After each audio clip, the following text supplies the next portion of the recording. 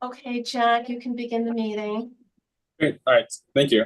Hello, everyone. Thanks for coming to this meeting. I'm just going to quickly go over the agenda, and we will kick off on our first item. So today on the agenda, we have open streets for PS 170. This is a proposal or application to the DOT to have open streets on school days in the upcoming school year. So we'll see a quick presentation from that. From PS 170, and then I know the board member here or the committee members here have already received some community comments. Presumably a lot of people in this room are going to be commenting on that. So we'll start with that first agenda item. Then we'll move on to talking about the Sidewalk Cafe application for Geno's, which is at 7414 Fifth Avenue. And then finally, we'll cap it off with discussion around the approval process for sidewalk cafes through the summer, and probably the standard stipulations, which will need a motion and approval for that, which will need larger board approval for that. So just heads up on that. So without further ado, we have representatives from PS 170. Presumably, they can give a quick discussion around what they're planning to do with open streets. Yeah, if someone's in the room or someone's on Zoom, I'm not sure who would be most appropriate here. Joseph. Hi. Hello. Hi, Maria. Are you going to be giving the presentation for 170?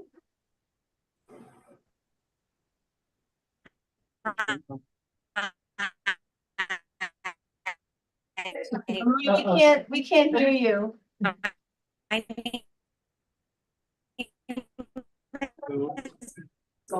Yeah, no, I don't. Yeah, we can. No, they signed it. I'm sorry, Maria. There's something wrong with your audio.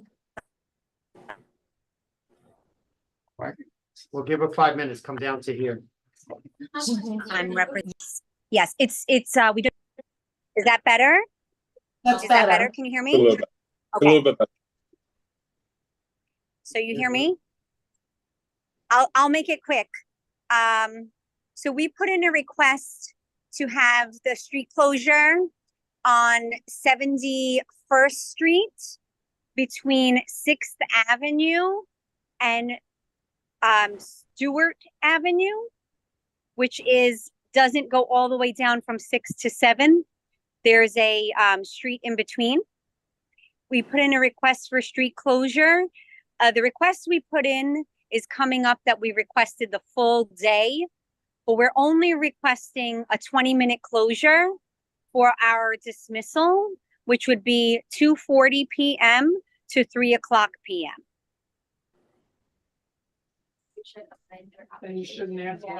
Okay, so Maria, when we contacted DOT, they told us that the application was for 8 a.m. to 3:15 from Monday through Friday.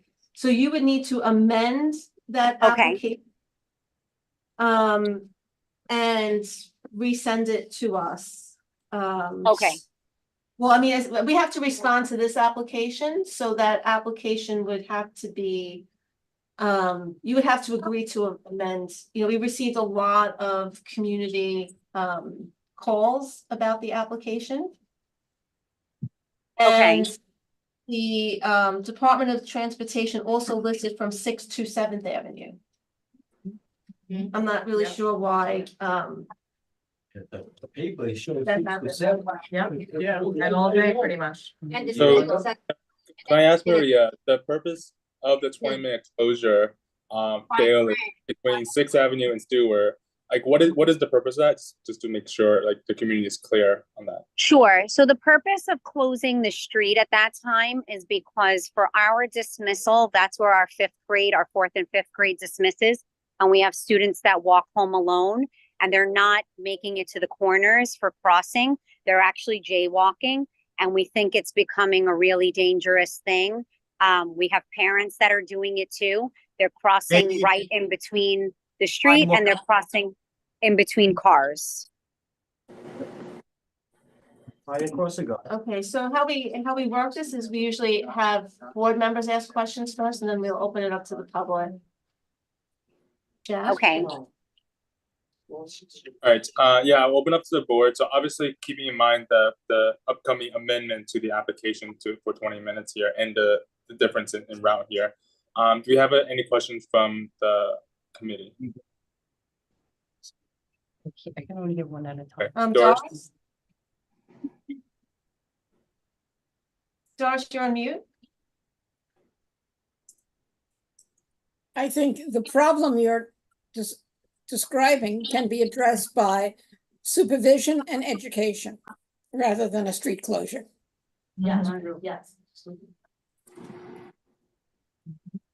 So one of the things that we've done is we've actually requested to have another crossing guard put there. We can't officially hire crossing guards. They're given to us by the Department of Education and the City of New York. They're part of the police department. So there's a shortage now for school crossing guards. So we're only given 2 crossing guards, and they're placed at the main entrance, and we cannot move them. Stephanie had her hand raised. You're muted, Stephanie. You're muted. I'm sorry, thank you. Maria just answered the question about a crossing guard. Thank you. Okay, any other committee discussion? I see. Yes. Hi, Jack, and hi, everybody in the room. It's just confusing to me that one representative is saying one thing and the application states another. But either case, the number of people here are proving that there's issues.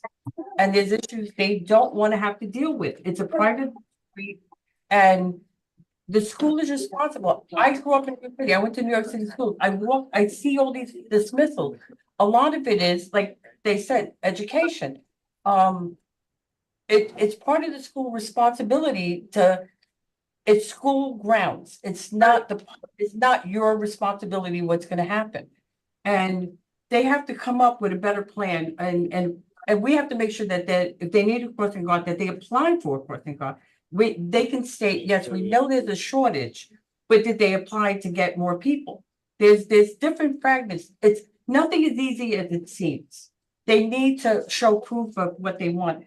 And one thing I'm questioning is this application seems late. It's late in the year. We don't meet in the summer. They're talking about like what, September 1st? We have to be fair, like, to both sides. That kind of closure, even 20 minutes, is disruptive. It's disruptive to people's lives. Yes. Yes. So in all fairness, we need to hear as many of you today, get different ideas, and then make sure if they're gonna submit an application, that they're submitting, that we know exactly what they're submitting. To me, I'm boggled by the letter I saw. I'm like, I don't even know what they want. I need clarity on this. I'm sorry, Okay, Steve? You hear me? Yes. Hello? Okay, no, I just want to say in favor of the people that are there, that we're talking about little kids here, and at this particular time, if there's something that we can do in order to make them safer, it just seems to me that we can argue, but understand that a bumper of the car that hits them is not going to care one way or the other. And so I think that we should listen to them right now, because obviously there's a problem, and perhaps the solution that's being proposed is not the right one. But I think we should at least entertain it and hear a little bit more about it and why, instead of saying flat out no when children are involved. That's it. Thank you, Steve. Stephanie, you have your hand raised? Yes, maybe Maria could answer this, please. The traffic that comes down that street, the one that you're talking about for the closure, at that particular time of day, is the traffic principally parents who are picking up students? That blocked everybody's driveway. Oh, yeah. yes. Okay, just if you could answer, please. Sure. So it is parents, but it is a mix because And believe me, we do understand that we would be causing a little bit of an inconvenience because the street does 6th Avenue to 7th Avenue, then rides along the highway. So it is a very heavily trafficked area, whether it's our parents picking up or just in general, because the street takes you from 6th Avenue to 7th Avenue, which then takes you onto the expressway. So it is a heavily trafficked area, and cars do drive faster than they should down the street, just because they are going faster towards that side of the highway. I just wanted to touch on again the situation with the crossing guards. We have requested, we can't put an application in, it's just a request for additional crossing guards. And again, they're provided to us by the Department of Ed and the New York City Police Department. And the answers that we're given is that there is a shortage right now, and there are schools that don't even have a primary crossing guard. So we are not on the list to receive additional crossing guards because we already were granted a primary crossing guard for our school's main entrance.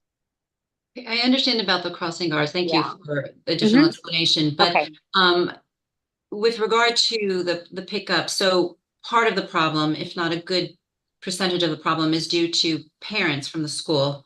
I Part of understand it. also through traffic. So I'm wondering if the part of the solution may not also include the parents as well. Just Yeah.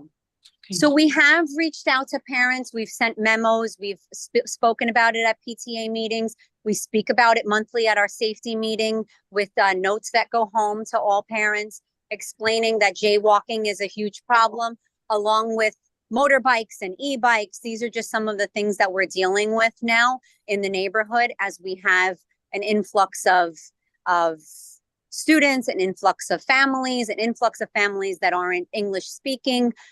So we're really trying hard to reach out to educating families. I've also myself contacted the police department and our youth officers to come in and bring pamphlets and bring educational guides for parents. And we're still having trouble with parents. We have our whole building response team outside every day with walkie-talkies, making sure that we can be as safe as possible. But it's just, we have children and parents that because it's easier to cross in the middle of the street, they will cross in the middle of the street, they will cross in between cars.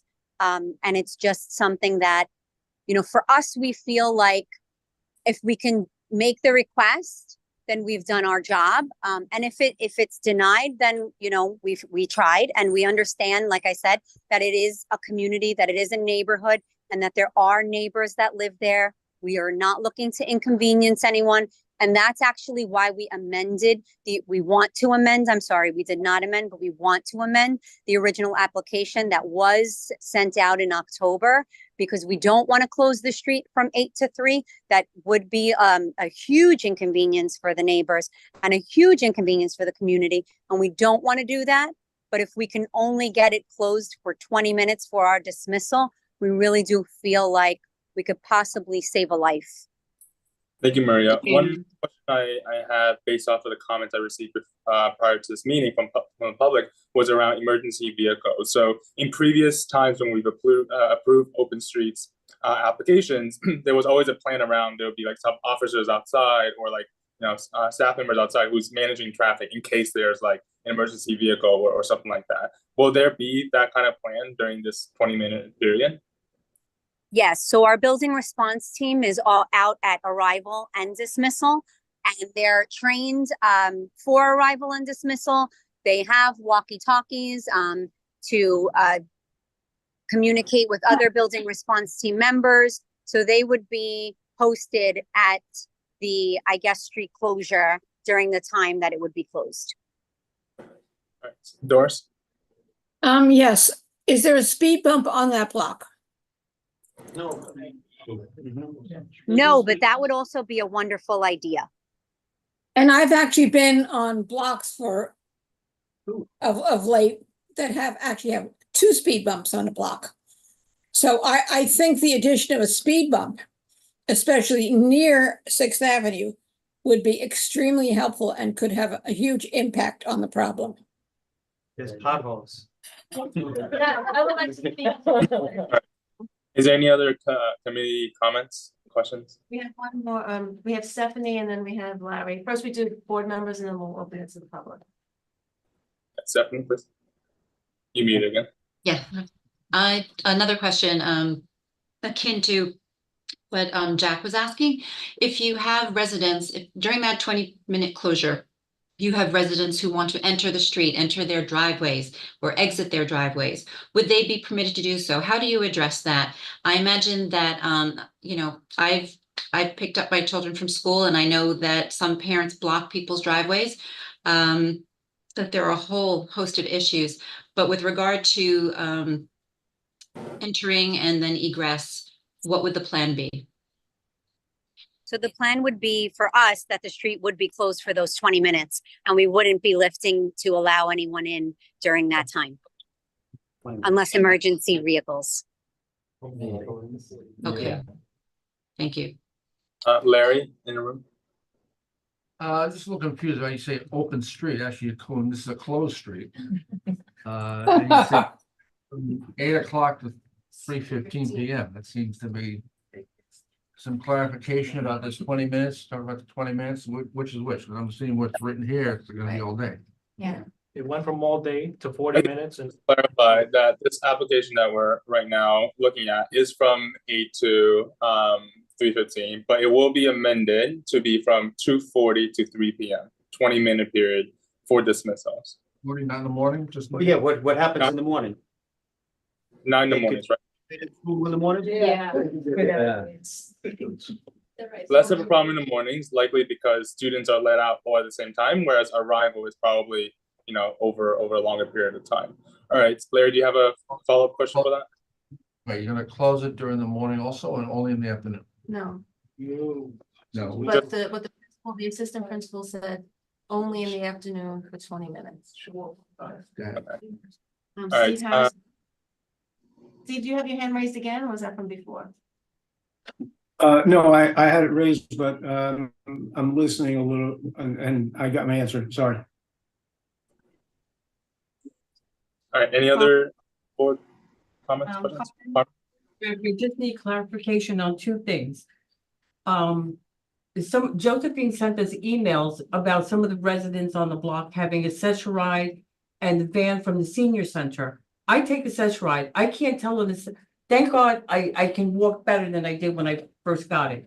But if somebody has mobility issues, you can't tell an accessory ride driver to let you sit in the car for 20 minutes for the street to open so they can deliver you in front of your house. And it just doesn't work that way. Yeah. And there's going to be delivery. There's going to be people on schedules. There's a lot of people here and you can't predict anybody's schedule on any given day, what things can happen. And then I just need clarification because I think she said they have trained staff already doing release. And I just want to know, did something go wrong that now you need to close the street? If you have trained staff, then what happened that now you want to close the street for when the kids leave? Sorry, I'm a little bit unclear on the specific question, Carmen. Can you restate that question? Well, the first question is, there's people from the email Josephine sent out, there's people that are using accessory ride because they have mobility issues. And accessory ride drivers, if somebody's returning home at that time, is not going to let you sit in the car for 20 minutes to then be able to drop you off in front of your door. That's an issue there. And then the other thing is, she had said something about having trained staff now to help with the kids when they're leaving school. I just want to know that something happened that now they need to close the street when school ends. The first question about accessoride, we did not address it. It would fall under the same idea of the street being closed or for that purpose of accessoride only, possibly having the BRT open the street and have the accessoride drive down. In terms of something happening, no, we have not. We've been very fortunate. We have not had anything happen. It seems like we have a better turnout with children. Children tend to listen to our BRT members who are our trained staff that are out at dismissal and arrival. Parents seem to not be the easiest to talk to. Parents want to do what they want to do. Parents want to make their lives easier. Parents want to cross in between cars. Parents want to jaywalk. Parents want to tell BRT members that they don't want to listen to them. The harder of the two are the parents, not the children.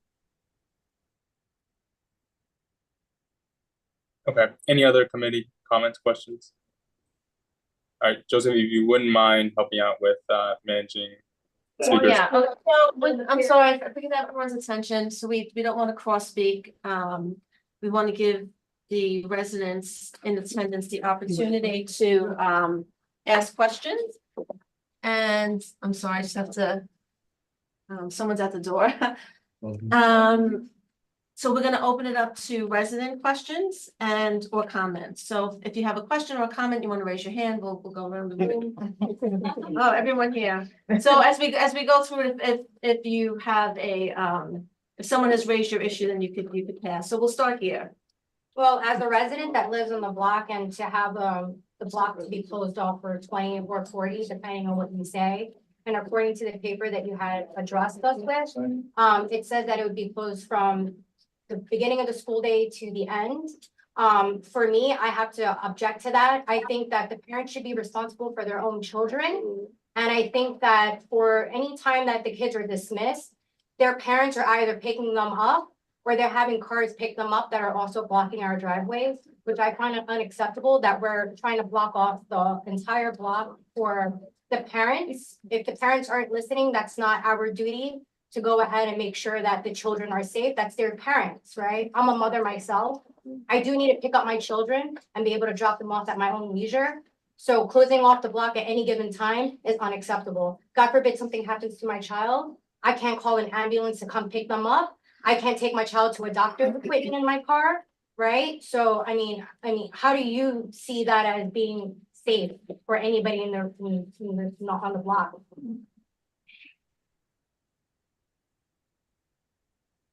How do we benefit as residents, right? Yes. Oh, yes. Okay. Next. Yeah, so I want to go off of what Michelle said. She's my neighbor. We live in the same building. I live on 71st and 6th. I have a 1-year-old at home, and I just want to ask Maria, the representative from PS 170, God forbid I have some sort of emergency where I have to leave quickly with my child. Are you telling me I'm just going to be locked in there? I mean, so far you've been asked twice, one about the accessoride.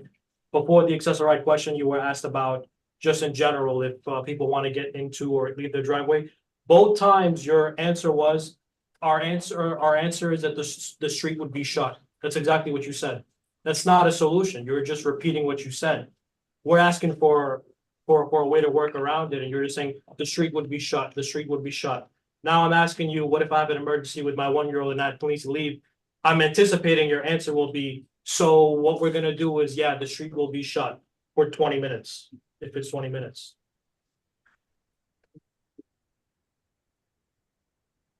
For emergencies and emergency vehicles, the street would have to be opened. That's not even something under our control. If in the event of an emergency for any street closure, there would be movement of the closure if there was any type of emergency, and that would happen under any circumstance. So absolutely, it would be moved for an emergency, but we wouldn't be moving it for every car that pulled up and asked to get down the street.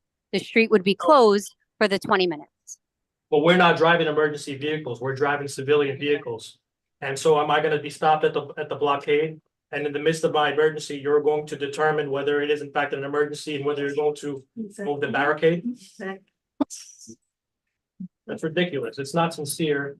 The needs of the school and the ideas of the school do not trump the needs of the regular people that live on the street, that have been living in the street since before I was born.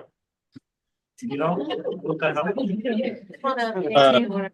Just have a hands up from Doris. I put it down, I'll wait till later. Okay. Let the All right, residents talk.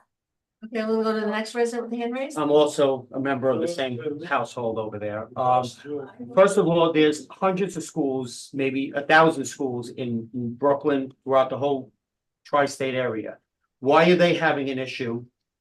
And the point is if you start closing You give them an inch, they're gonna take a foot, then there goes a yard. So they're closing at 20 minutes, and then 5 months from now, that's gonna be a playground for all these little kids to be playing ball and street play in the street and scratching everybody's cars on the street. I think this is all bullshit. Get your PTA out there and do their job. This isn't our responsibility, this is their responsibility. And this is alone. I disagree with all of this. There's, like I said, there's hundreds of schools. Everybody could figure it out. There was a school in Bensonhurst, there was a teacher or a principal, she passed away. She took control. Take control of your school. Don't just be a figure, just do the right thing. And that's what they need to do. Next. Yeah. I'm done. You want As he said, I am a sub from past 20 years and I have been in all the boroughs for all these years that I have never seen a school closing the street for the school's convenience and causing inconvenience to the residents. I don't know why this school is up to this. And if this school starts, then all the other schools should start too. Why just this school? Why do they have to cause inconvenience to our residents over there and initiate this process in, I think then every other school will do this. This is not fair for the residents. Okay, I can't help but think that this is a little bit counterproductive because you're worried about the student safety, but what's gonna happen is that by closing off even part of 71st Street, you're gonna push parents to occupy every adjacent street possible. There'll be more pickups on 72nd Street. There'll be more pickups on 7th Ave, no, not 7th Avenue, which is that fast moving street that Maria had talked about earlier. You're gonna push parents to occupy, to pick up kids on that fast moving street. You're gonna force parents to use Stewart Avenue as an access point to 71st Street. And Stewart Avenue is actually a semi-private street. It's an undesignated street. It's a non-designated street, but it's It's somewhat usable. private. I mean, Yeah. you're gonna just keep parents to pick up kids Are you? on the different streets adjacent to the school. 72nd Street is guaranteed to be hit hard. And I can't imagine that 7th Avenue is not gonna be occupied by parents trying to pick up kids. They're just gonna move the kids up the avenue. And so they're gonna have to, so you're just gonna cause chaos in other areas. And Stewart Avenue is a very small street. And it is very rocky because since it's unincorporated, or what is the phrase that It's you use? undesignated. It's undesignated, but Undesignated. no one takes care of that street. Right. It is very rocky. We all know this. It is, Okay. you're gonna force kids to walk down the street, to pick up kids, to maybe even on the Ovington Avenue.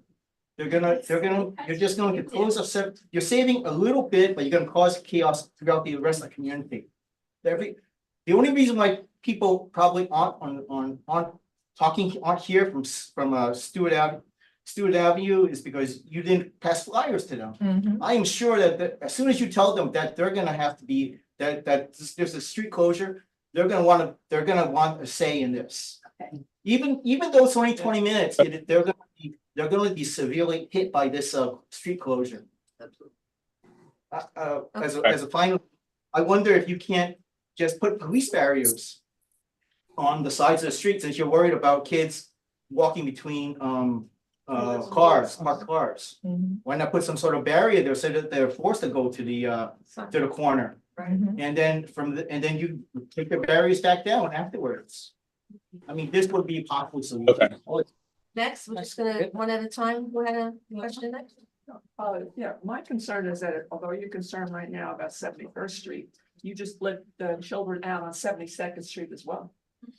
So And then are you the gonna, and then, so does this mean that you may later extend it to include 72nd Street along with 77th Street?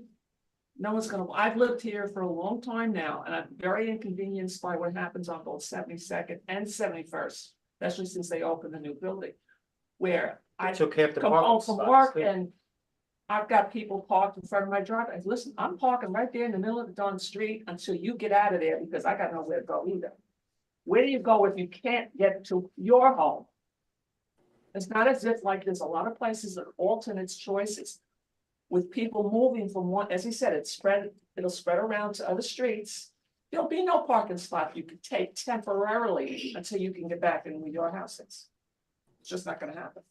Just to be clear, whenever if there is a further amendment to increase the street coverage, increase the amount of time, add morning time or whatever, then that will need to be an amended application. It will need to come back to the board again, and there will need to be a public meeting again. And so if this is approved, right, and obviously DOT has the final say on this, if that is approved, then it will still need to have further public hearings. They can just extend the street length. All right. But next. we're giving you the 20 minutes at the end, then you're gonna put it in, you got that. So now you're gonna put the morning in, then we gave you the night, so we'll give you the morning. So then, That's not how it works, I think, right? Like that's not really how it works. All right, next.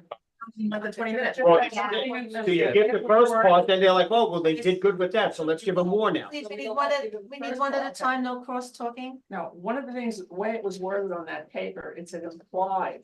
That the advantage of this extra space, so they can enjoy their day or whatever it is. Which means that at some future time, you can say, oh, we're gonna have a play street during lunch hour.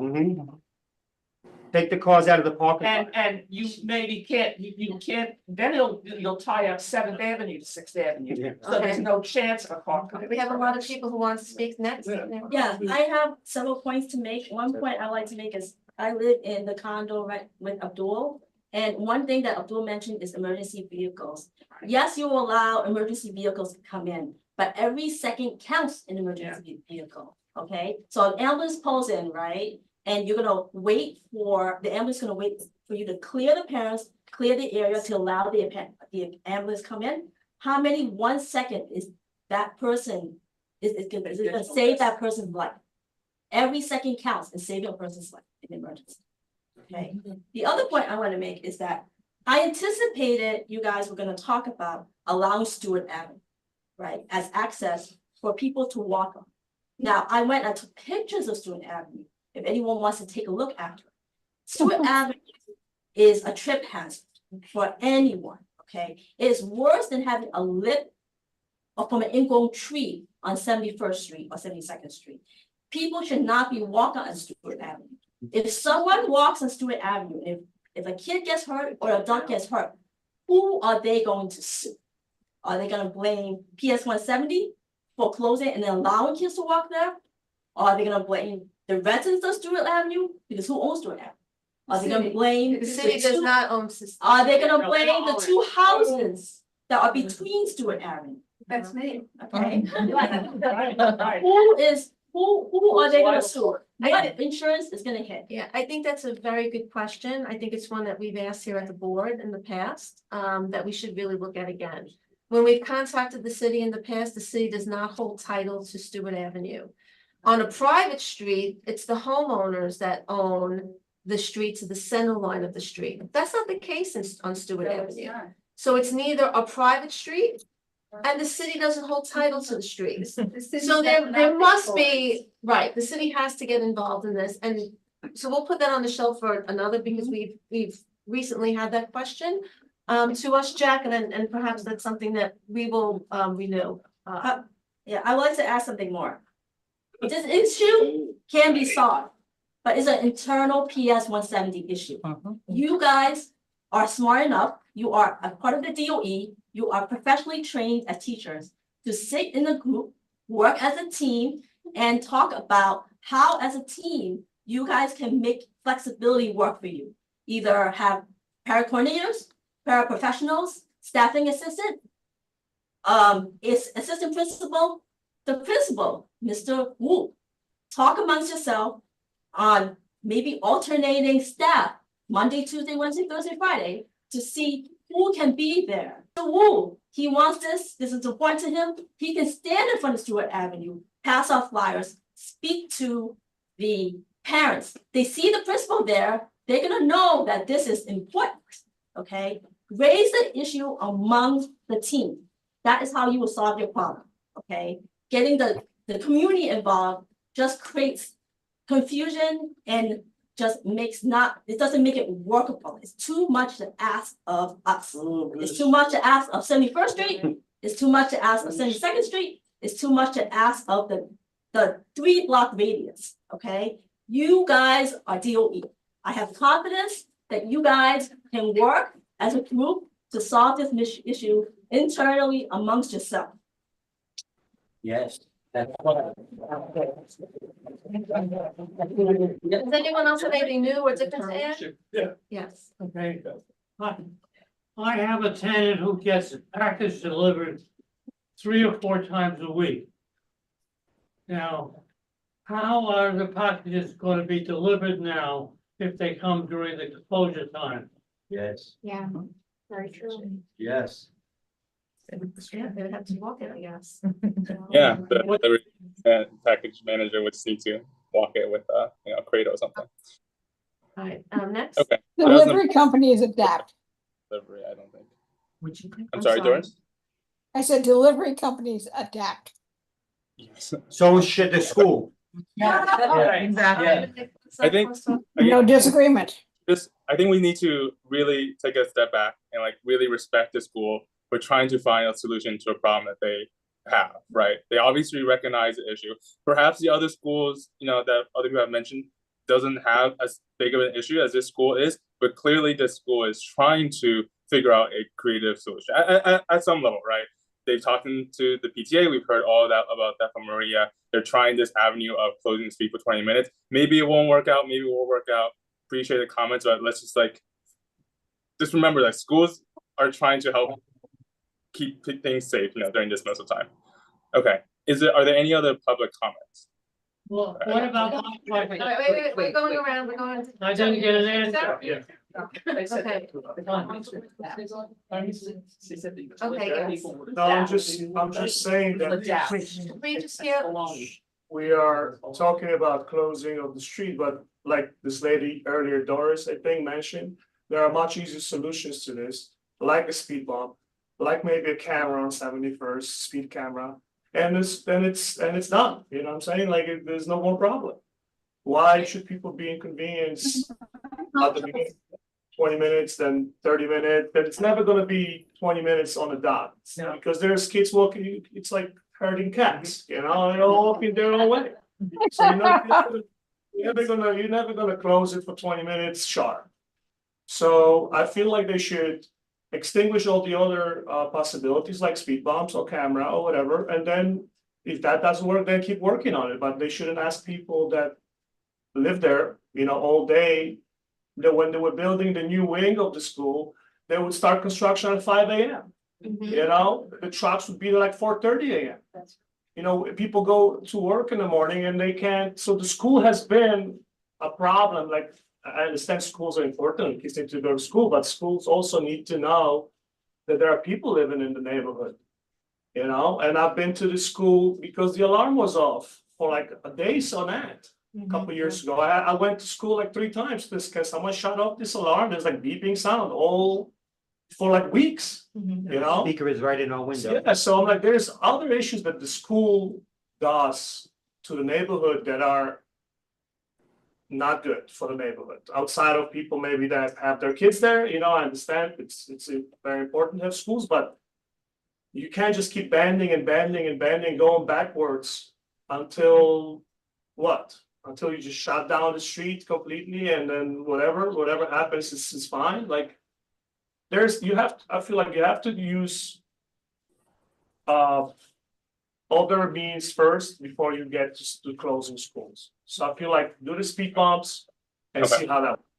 Okay, we have to move on. Yes? Okay, I am the resident right on Stewart Avenue. Okay. I've been there for many. 100 I years. will- 100 years, yes. And I will tell you that the city does nothing for the lane.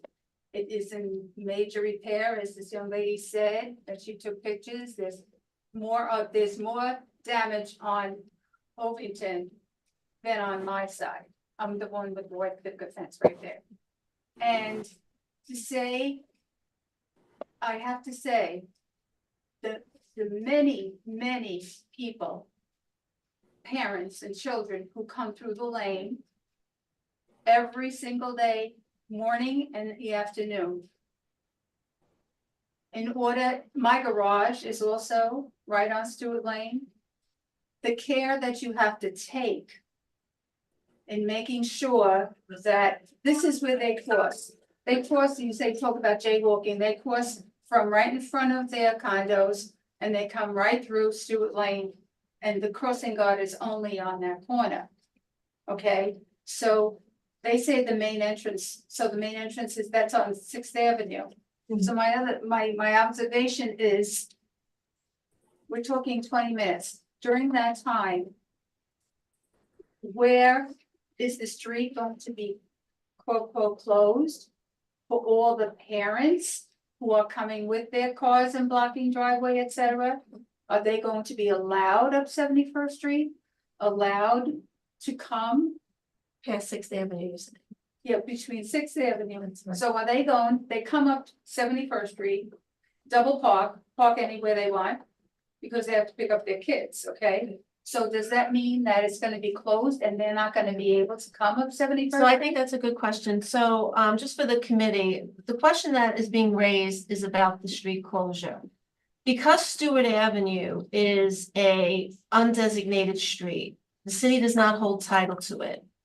I don't believe that an open street application can be limited to half of the block. And I think that's why the application extends with DOT from 6th to 7th Avenue, which is another question that we're gonna have posed to DOT.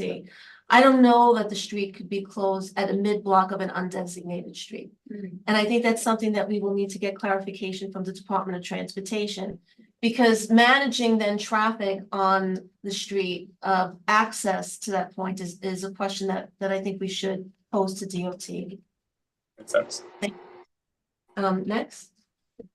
So the rationale for the school closing off the street is because they choose to let the 4th and 5th graders leave from a side entrance of the school itself. And then they're afraid that the students who are leaving from that entrance would get hit by a car when they decide to jaywalk. But why don't you redirect these students to leave from the main entrance? That's the entrance I left when I attended the school. That's right. Everybody go out the same way. The others are leaving through the main entrance, bro. You left through the main The entrance. reason they won't do that is because it's a little bit more work for them and it's easier to inconvenience all the people over here by closing off the street. Okay, so next question. I'm sorry, we had. Yes, sir. When I did the Department of Transportation and the principal, how many children have been struck by a vehicle? 0. On that bus? Yeah, she said there hasn't been an incident. Have you any? No. Oh, 911.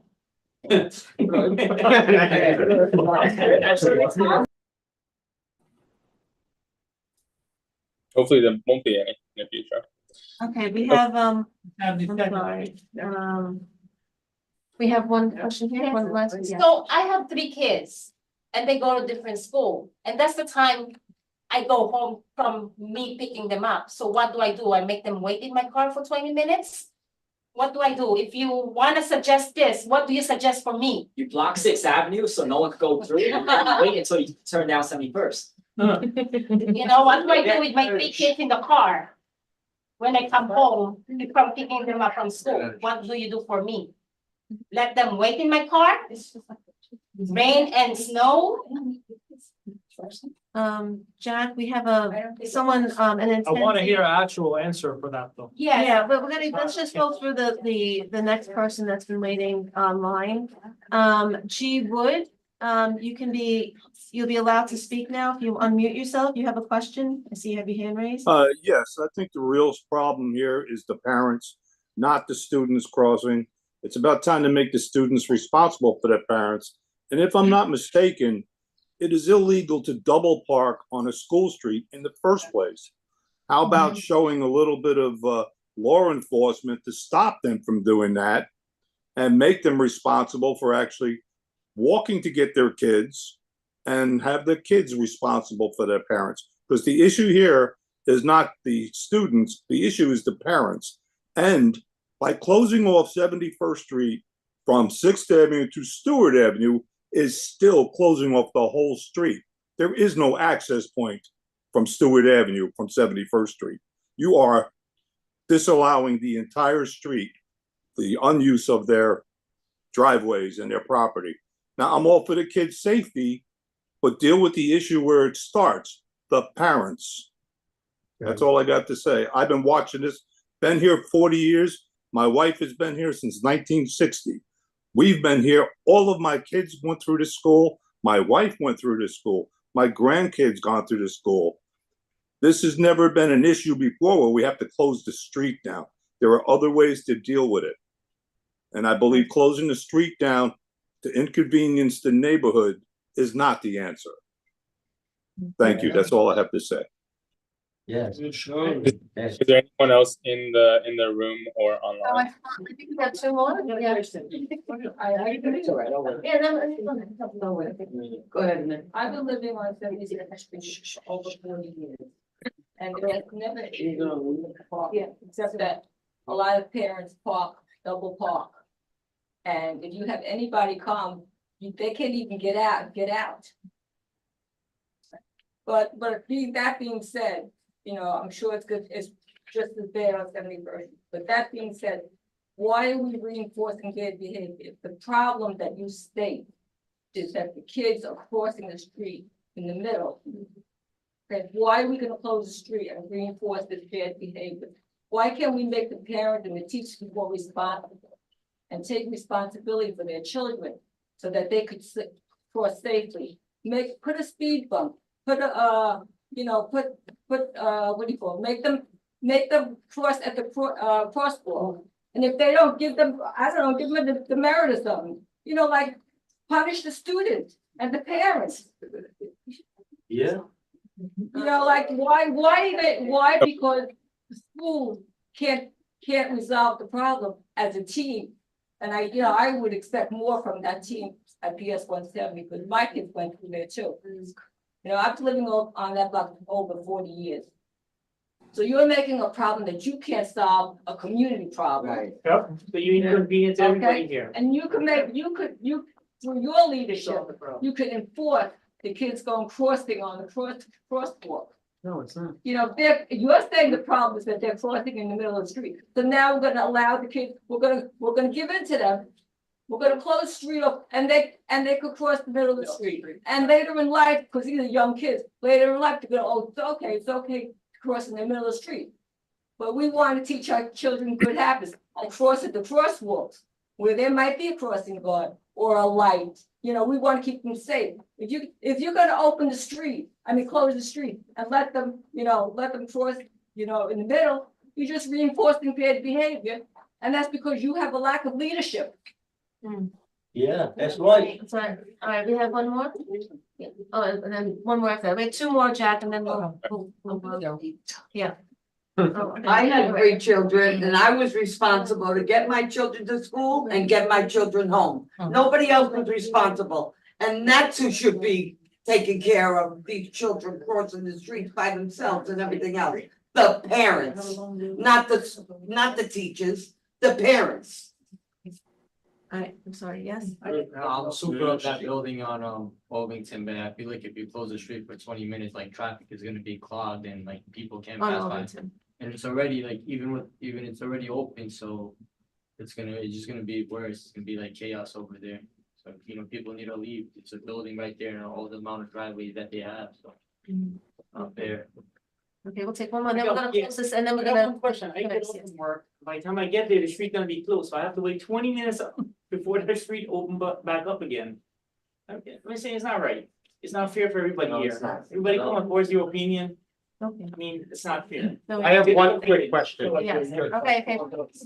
I just have one quick Okay, question. one question. Why don't they do 1-day trials and see what a mess that's? Because I'm only saying that, no, without, because of the fact that all the parents with the cars, what are they gonna do with all these cars? Okay, all right, so we're gonna close.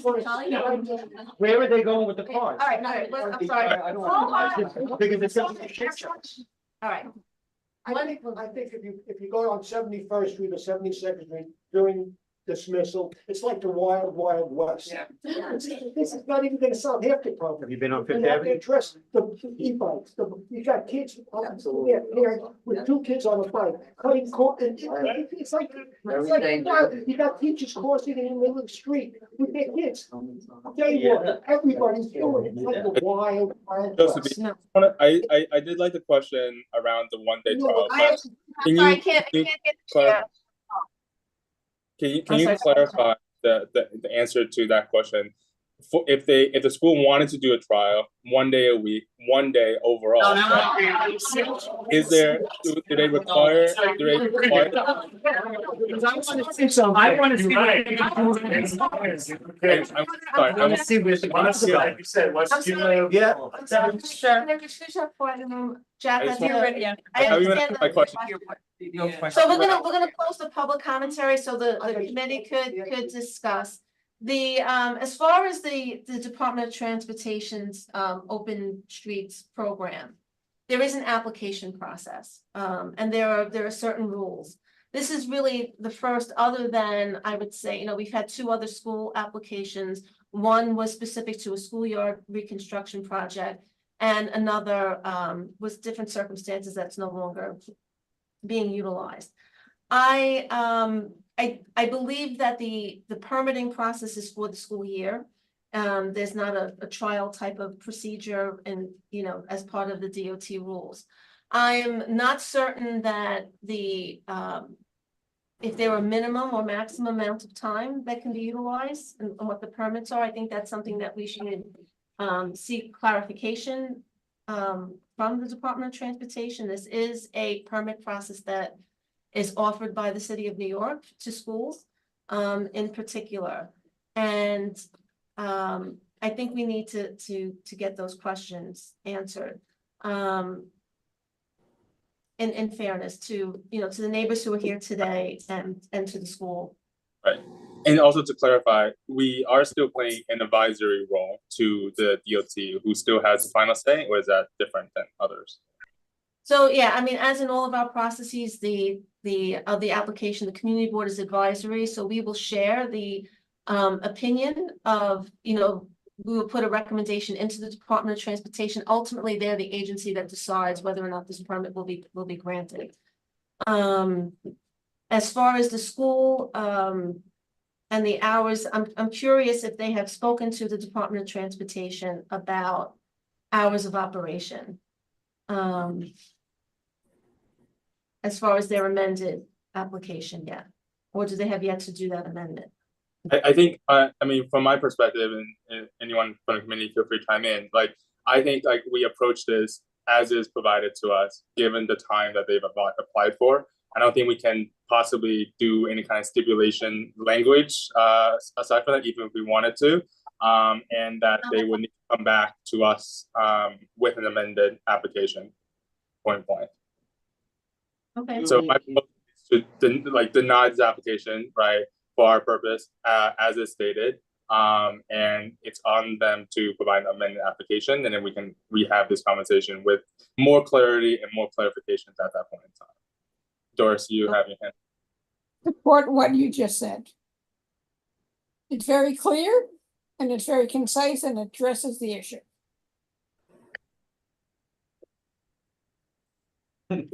Committee members? Carmen? Could you restate it? State the motion, Jack? I think it's gotta be a little bit more concise than that. Yeah, motion to deny the application.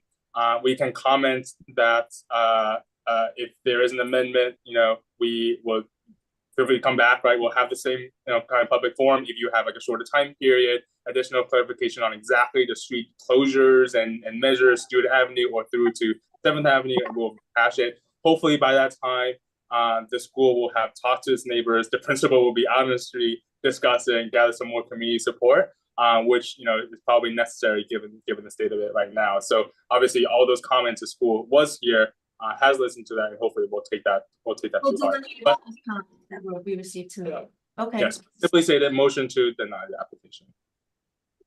Yep. All right, we have a second. I second. All right. Okay, our second, all in favor? Okay, so. Thank you, everyone. So the motion, any against, abstentions or recusals? Okay, motion carries. What did you say? I would just like add a comment that we should request a speed bump on that street, on that. Oh, street. can I, Oh, absolutely. wait a minute, can I just say something there? Yeah. It's Steve, okay? When it comes to speed bumps, be careful what you wish for, because you just might get it. And they are notorious for creating incredible amounts of noise at night. All right, so if you're a neighbor on that street, True. think twice. Yes, you're absolutely right. And they also slow down emergency vehicles. That's been one of the #1 complaints regarding speed bumps. Joe. Yeah, yes, I'm sorry. I want to add one thing. I No, want the school, Fred, Okay, I'm sorry. I want the school to talk to the police department because they have to have some kind of program.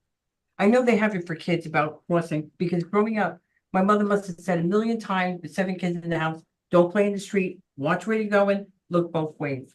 And for Maria to kind of admit that the kids are just kind of running around, the parents are not corralling them in. I'm using corralling because somebody I think used it earlier and I like the word. Something's wrong there that they need to fix. Because like they said, if this is a school and they're having a problem with the parents, deal with the parents. There has to be some kind of police program or some kind of program to say, hey, we're gonna have a meeting, you need to attend, the kids are doing this, because if a kid gets hit by a car, I worked at the Daily News. I don't think there's anything worse, because one child might be hit, but the whole class, the whole school feels it. But it doesn't stop them, especially boys, from like just running across the No, I street. understand that. So they need to look into something first, a preventive program, because like the resident said, putting this issue on the residents is not fair. Okay, thank Yeah. you. Yeah. All right, so that concludes this. So that's the board's recommendation. Will be presented before the full board on Thursday. We'll make sure everyone signs in. We'll keep you updated if there's further updates to be provided to the neighbors. Thank you very much. Okay, we're gonna proceed with our agenda item. Thank you very much. All right, our next agenda item is the review of the sidewalk cafe for Geno's at 7414 Fifth Avenue. I believe committee members should have received this application. Hopefully there's a representative from Geno's in attendance today. We have the next agenda item after this, the finalization of the review process for outdoor dining, especially with regards to summer applications and what we need to do with the stipulations there. Please keep in mind those stipulations are stated within the Geno's application already, and I think we'll go through some of those during that process. But if we have, most likely I'll make a motion to approve applications during the summer with those same stipulations, but obviously subject to amendment there. But first we'll go to Geno's. So I'm just kind of talking to make sure that people in the room just kind of quiet down a little bit here. So do we have a member from Geno's who can speak on the application?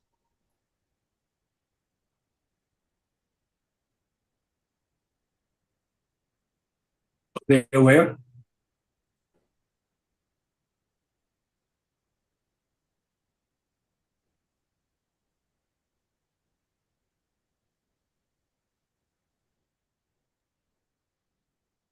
Are they aware that they're supposed to be here? That's a question for Josephine. I'm so sorry. So the room is clearing out now. Okay. I'm sorry, Jack, I could not hear you.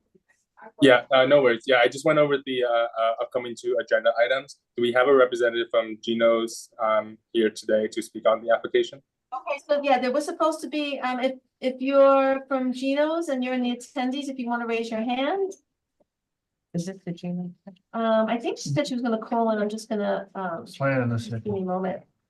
So the call-in person has, I've enabled you to speak if you want to unmute. I just want to make sure if this is Hello? Geno's? Maria? Yes, hello. Yes, it's Okay. Maria. Hi. Yes, I'm sorry that it took a while, but we're on your agenda item now. So Jack? Okay, it's fine. So this is a review of a dining application for Gino's Restaurant, 7414 Fifth Avenue. Sidewalk only, 6 tables and 24 seats. Correct. Okay, I'm gonna share my screen for the committee just to show them the application.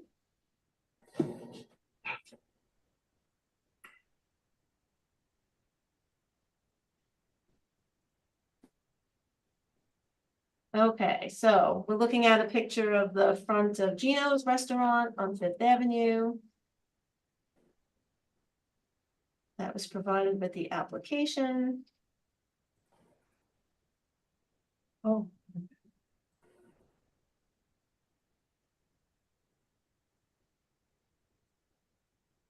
And I believe there's a schematic too, that was provided. So it's 6 chairs, I'm sorry, 6 tables and 24 chairs.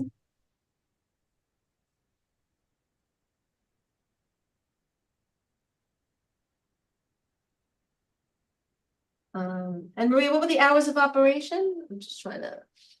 For us, it's 11 a.m. to like 10 most nights.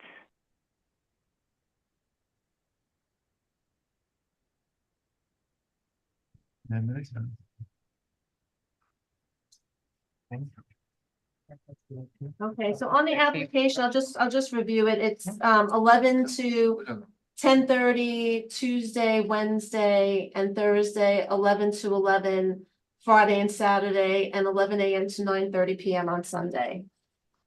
Correct, yeah. But outside, we don't usually, like, once there's only one waiter, we don't seat outside. So okay, I would say like 9 o'clock would probably be latest, I would think. Okay, I'm So sorry, Steve. Yeah, Jack, I'm sorry, turn over to Jack. Go ahead. I guess I just want to ask some like just like foundational questions. Has this been approved before, like pre-pandemic, through like those process, or through the pandemic? No, we didn't have front seating pre-pandemic. Oh, okay. And then another question is just generally to you, Josephine, have we had any like complaints about this restaurant in terms of noise or anything in the past? No adverse history, no complaints. All right, Steve. Please Oh, unmute. Steve, Steve, you're muted. Now you got me. Marie, do you put these tables together? I'm not quite sure how that works. Josephine, for example, how many tables you have there? 6? Right, so it's Is that correct? three in one Okay. section and 3 in the other. Right, so now is there ever a situation where you put all 6 of them together? No, we couldn't. We could put 3 Okay, together. You've put 3 together before, and can you sit more people that way or fewer than they do with the 4? Because you get 4 on the side. I'm just trying to understand how this works. We could probably fit with 3 tables, probably 10. 10 people. 10. Okay, so otherwise you could have 12. Okay, gotcha. Correct, yeah. All right, I got my answer. Thank you. Yeah, I don't think they can put all 6 together because the door is like right in the middle. So Correct, like right, correct. Larry? Larry? Wasn't there a precedent for this? Because during COVID, used to have it on the other side, on the curb side. The structure was on the curb side of the. During the pandemic, they had both roadway and sidewalk. This is just a sidewalk application. It's sidewalk, but they had, okay, so they did have both, all right. During the pandemic, yeah, but not. It was in the street, but so the precedent is that, but this is the big. Really. Post-pandemic, situation. So this application is just for the sidewalk cafe. Maria, do you plan on future doing a roadway cafe in addition? No.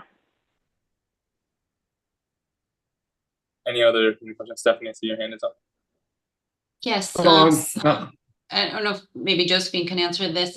If the restaurant wishes to serve alcohol on that street cafe, do they have to amend their license or they apply for a different one? What happens? No. Interestingly, that's a good question. if restaurants who have an SLA license participated in the, like Geno's did during the pandemic, there was a period of time where their liquor licenses had to be amended to show the outdoor area. So there was an alteration application that was filed for every participant of the outdoor dining program, including Geno's. So on their liquor license, there is an outdoor seating allowance, and Geno's has applied for it, and it's part of their method of operating already. Okay, but in an instance where the restaurant has not previously participated, would they then have to amend? Yes, they would then have to amend. Okay, so we're looking at two different categories. Okay, great, thank you.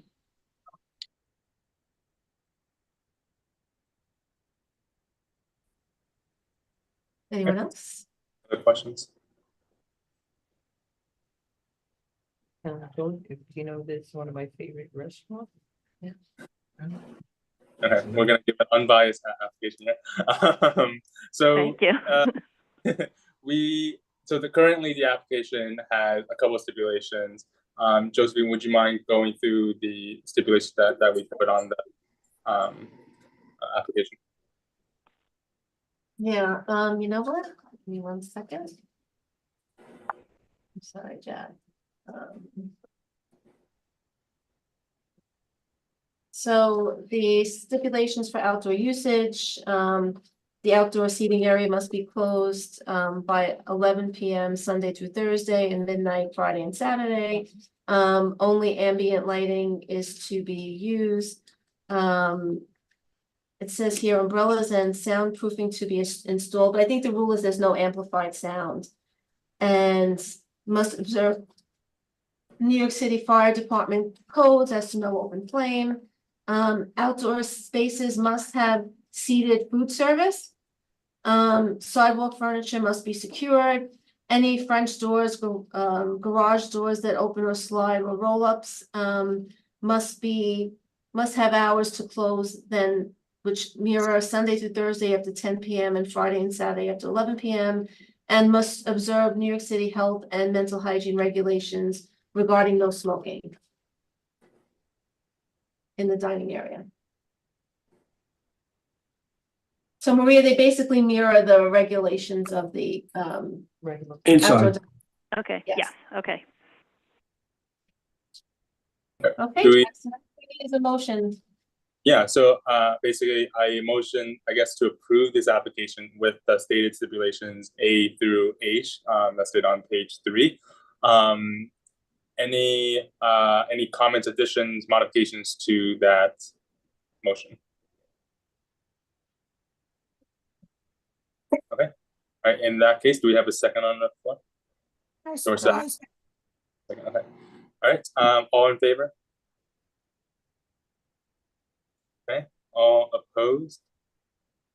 And any recusals? No, motion carries. Thank you, Maria. Thank you. Have a good night. Have a good night. Okay, all right. The last item on our agenda is basically for those stipulations that were just stated. We basically need to have a process for the summer application as we will not be meeting during the summer hiatus. So I guess I'll start with like a general motion to. Jack, I did actually change them a little bit to kind of match for the summer. So I wanted to share my screen really quick. So you can, so the concern is that we are going to be receiving lots of applications over the summer. The deadline for restaurants is August 3rd. And we only have a small window, 30 days to review.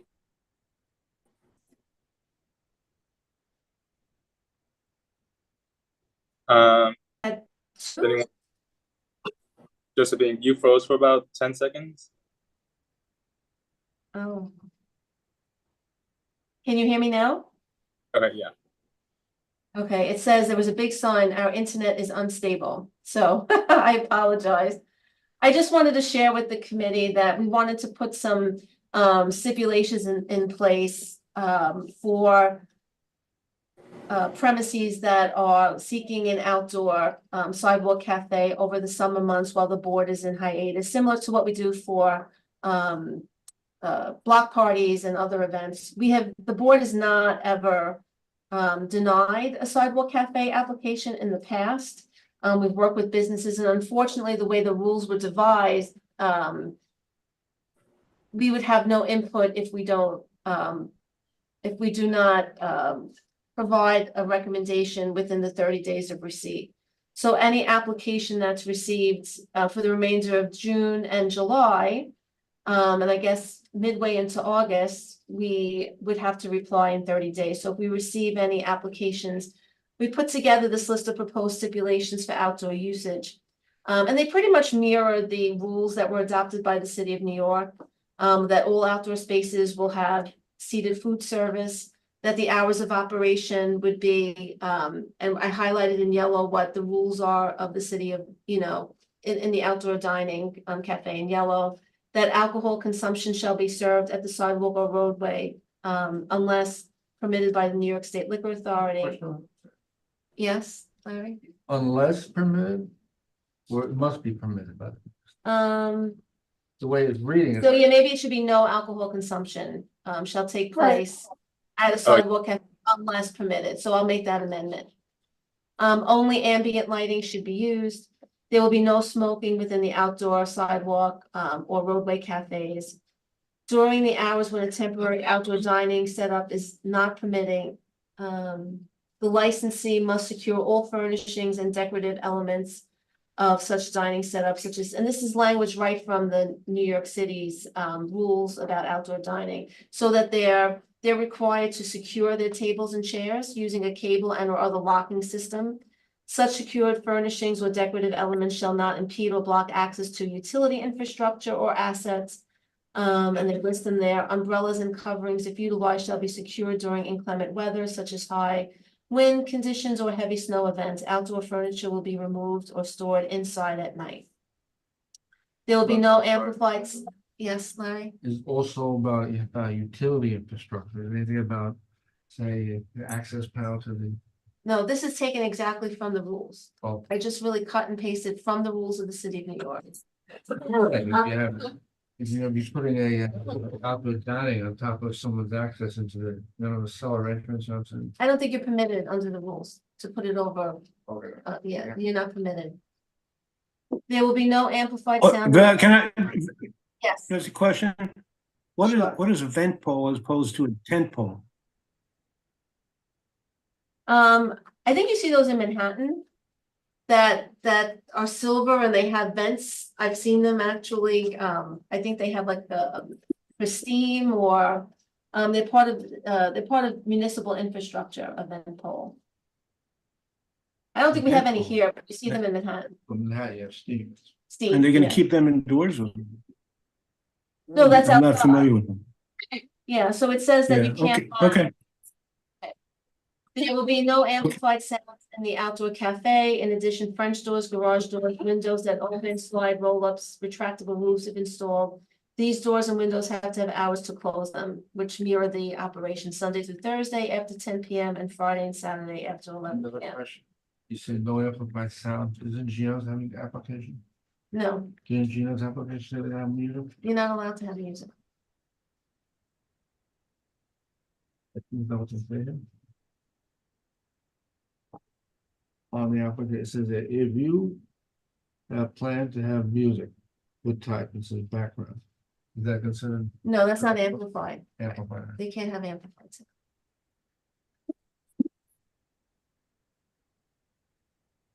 Background, that's the background music. Steve? Oh, I still have it up, I'm sorry. Oh, okay, that's okay. So it sounds like these are just basically table stakes, right? Like every application for sidewalk cafes must adhere to these rules anyway from the original application. Is that correct? No, that is correct. And so, I mean, similar to what we do for SLA licensed establishments, it's an agreement between the board and that they will adhere to these. Maybe we can have another one that says if we have an issue or concern that we can meet with them,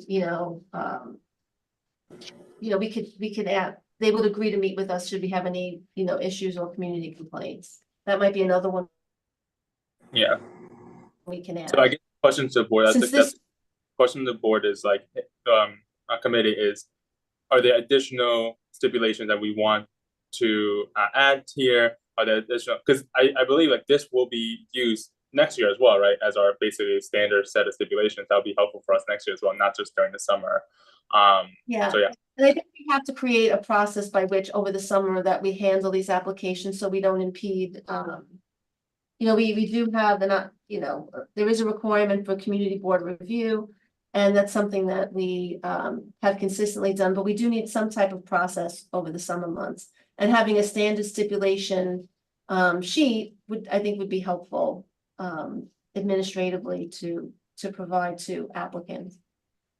You have two hands, Doris and Stephanie? Stephanie was first. Oh, thank you, Doris. First question is, I guess this list is not exhaustive. I mean, there are other stipulations, aren't there? These are just ones you've highlighted. Is that correct? Well, these are the main ones that we have on our sheet. I just kind of expanded them a little bit. Okay, so to your point, I'm sorry, I don't know if it was Jack or Josephine who said if we have concerns that there's a way that we can address them, because I know this is happening over the summer, and usually with a lot of these cafes, it's usually unique characteristics that come up that we have questions about. So if we had any recourse or a means of addressing that. And then one of the only other things I was thinking of in terms of technicalities is one of the issues we've had with roadway cafes is any sort of electrical plugs or wires that cross the sidewalk and impede pedestrian flow. Okay. Thank you. Thank you.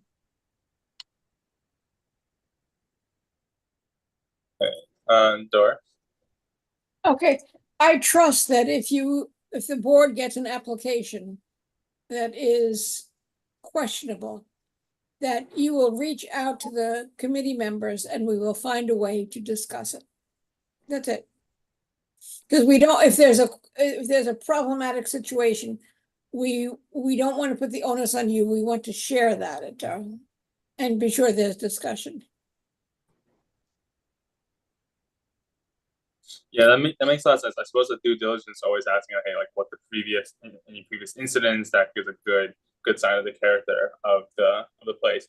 So it sounds like we want to add a stipulation around having some kind of recourse to meet with the board if there are any issues a year, 2 years down the line.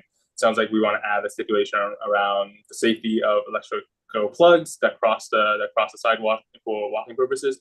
I was hoping to add one just around cleanliness, right? Like obviously we know that especially roadway cafes kind of attract a lot of rats overnight and stuff like that. I know this is for a sidewalk cafe application, but just having some kind of stipulation around overnight cleanliness would be nice. Okay. Good points, Jack. Very good point, Jack. Steve? Yeah, about the amplified sound. The way this stipulation reads, it says there will be no amplified sound in the outdoor cafe. Okay, there's no in an outdoor cafe. What I'm concerned about here is that people will be playing sound from within the store and then, the primary store, and then this is going to be heard outside. So it seems to me that the stipulation should say that there should be no sound, amplified sound, or whatever, however, and we have to figure out how the right word there, that can be heard outside. All right. The other thing too is that I've actually seen in some of the ones that they have right now, people playing their own music, okay, with radios and that kind of a thing, where they don't have sound coming from the inside. And I don't think they should be permitting that too, because that can get out of hand. So I would like to see something that along that line. Okay, so in G, Steve, it says, after there will be no amplified sound in the outdoor cafe. In addition, French doors, garage doors that open, slide, roll-ups, retractable roofs, these doors, windows will have hours to close them, Sunday through Thursday after 10 and Friday. So do you want to add something like, from the I think restaurant. I think that there should be no amplified sound that is audible, okay, in the outdoor cafe. All right, in the outdoor portion of the cafe, or or from the inside. I'm not quite sure of exactly how I'd like to phrase it, but I think you know what I'm saying here. Is that the way it's phrased right now? It says there'll be no amplified sound in the outdoor cafe, which is a little weird to begin with. But I think what we're interested in is not disturbing the neighbors. Okay, and whether the sound comes from inside and can be heard outside, or it's played outside and it can be heard outside, it's irrelevant. They should not be able to have amplified sound that is audible in the outdoor. Okay. Yes, don't we have stipulations elsewhere for like regular restaurants, regular party restaurants around amplified sound? Yes, we do. So I guess, but we have to add one here though, Jack. That's a little bit different, and that is that that they will stop people from using radios and that kind of stuff at their own tables, because that I have absolutely seen that, and I said that would drive some people bonkers. So I think that should definitely be a stipulation there, that there'll be no sound, at the tables, regardless of who is playing it or where it's coming from, if it's being generated by them or one of their patrons. Okay, so possibly like there will be no amplified sound in the outdoor cafe, and said cafe will enforce this with customers as well, right? And specifically the amplified portion of it, because we already have things about the inside of the restaurant. Is that good? Right, but I'm concerned. I'm also concerned about what it means by amplified. For example, if somebody's outside with a boombox, is that amplified when it's being played at like 1% or 2%? I don't think it should be permitted at all. Period. It's the only way that it can be stopped, and they should have the responsibility to stop anybody from playing that outside there. It's to their benefit, because they say, "Oh, good, I'm making money," but it's disturbing everybody else, and I think that's an issue. That is true. I think they're still subject to citywide noise code laws, right? So that would prevent. Yeah, but I'd like them to stipulate to it, so that you can show it to them. Look, you already knew about this, and you didn't, otherwise they'll say, "Well, we didn't know." I think that kind of thing should be in there. I'm in total support of this program, but I think that the program has to be such that what is to the benefit of the restaurant is not to the is not to the non-benefit. Correct, exactly. It's not detrimental to the community, and that's what I think has to be put in there. Okay. That makes sense. So restaurant will be aware of noise code rules and will adhere to those, and there will be no amplified sound in the outdoor cafe and will enforce as such. Something like that. Right, and not with, even if by the patrons. That's that part is important, because they'll say, "Well, it wasn't us; it was the customers," and that's not, and that's irrelevant. They have control over it. Makes sense. All right, Doris.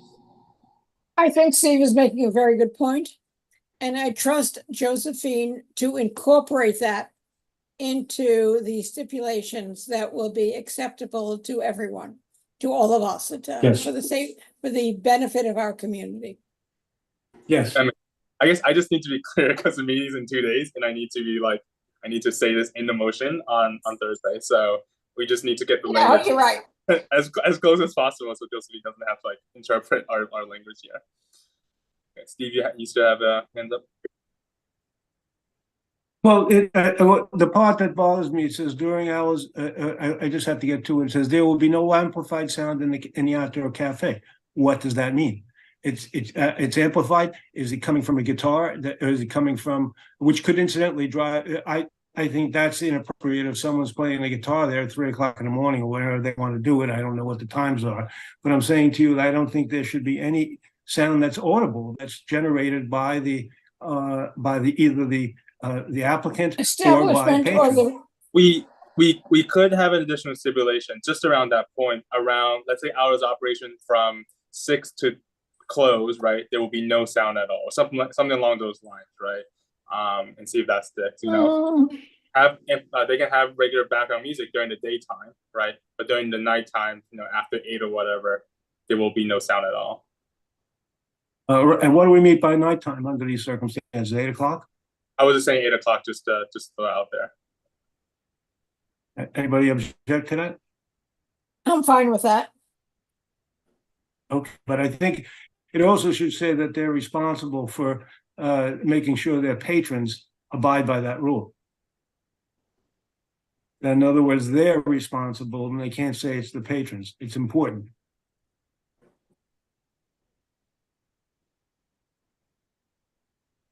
Everybody on board? I'm on board. Yo, I have a question. Carmen has a question. Her hand raised. Steve, I think this falls in with what you've been talking about. I'm trying to remember back in the summer, I think it's like either Skinflint will put a machine outside and they'll do karaoke.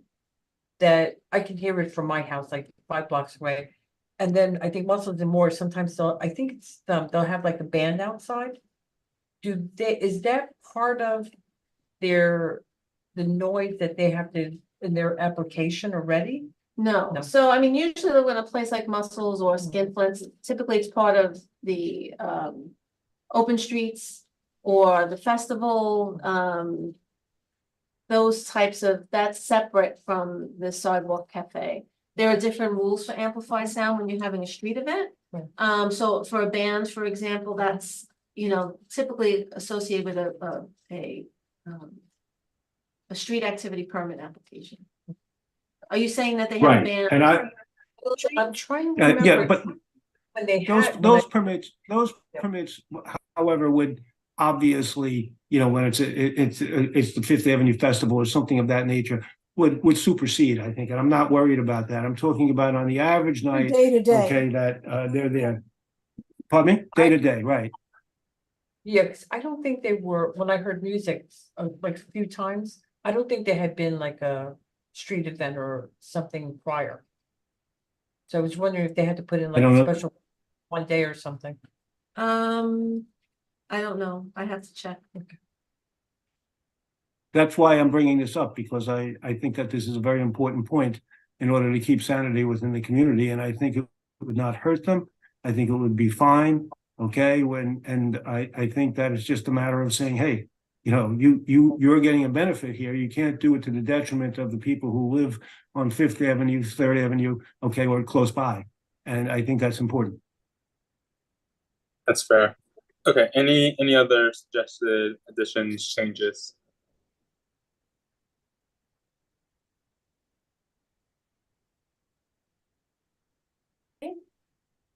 Important, no. So it's no music, right? No, So you're saying that. I guess we state the motion for clarity. So the motion is, we'll take the stipulation that's in the screen share as is, A to G, with the following additions. One, there'll be recourse for the board in case there are issues that come from the sidewalk cafe. I guess broadly stated. Second, that there will be electric plugs will be safe on the crosswalk, especially for pedestrians. Restaurants must be kept clean overnight. Restaurant is aware of noise code, citywide noise code rules, and will not have, they will not be amplified sound in the sidewalk cafe, and will enforce this even if emitted by the patrons.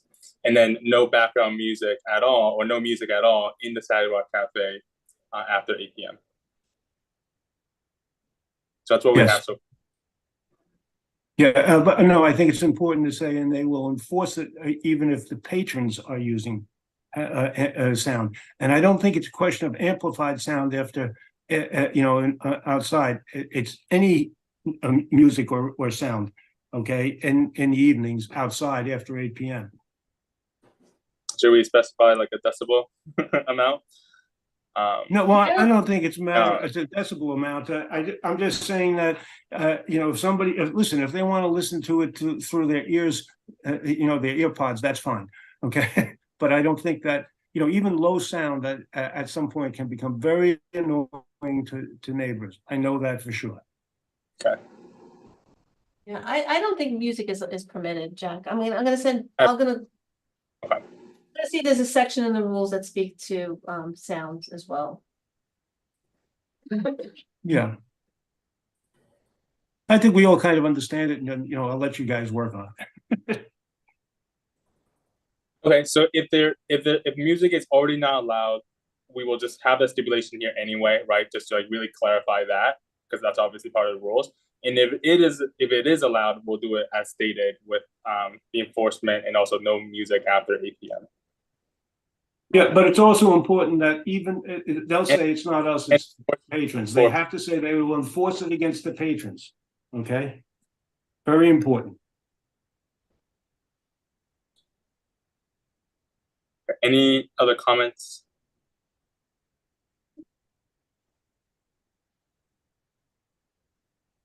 Okay, all right.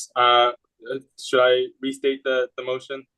No, I think we could do, yeah, we could do it all in favor. All right, all in favor? Yep. Okay. All opposed? Any recusals, abstentions? Okay, all right, motion passes. Thank you. So with that, I think we at our end of this call. So thank you all for joining. Great job, Jack. Great job, Jack. Thank See you, you Jack. It was great. Thank you all. All right, have a good night, everyone. Have a good Good night. night, John.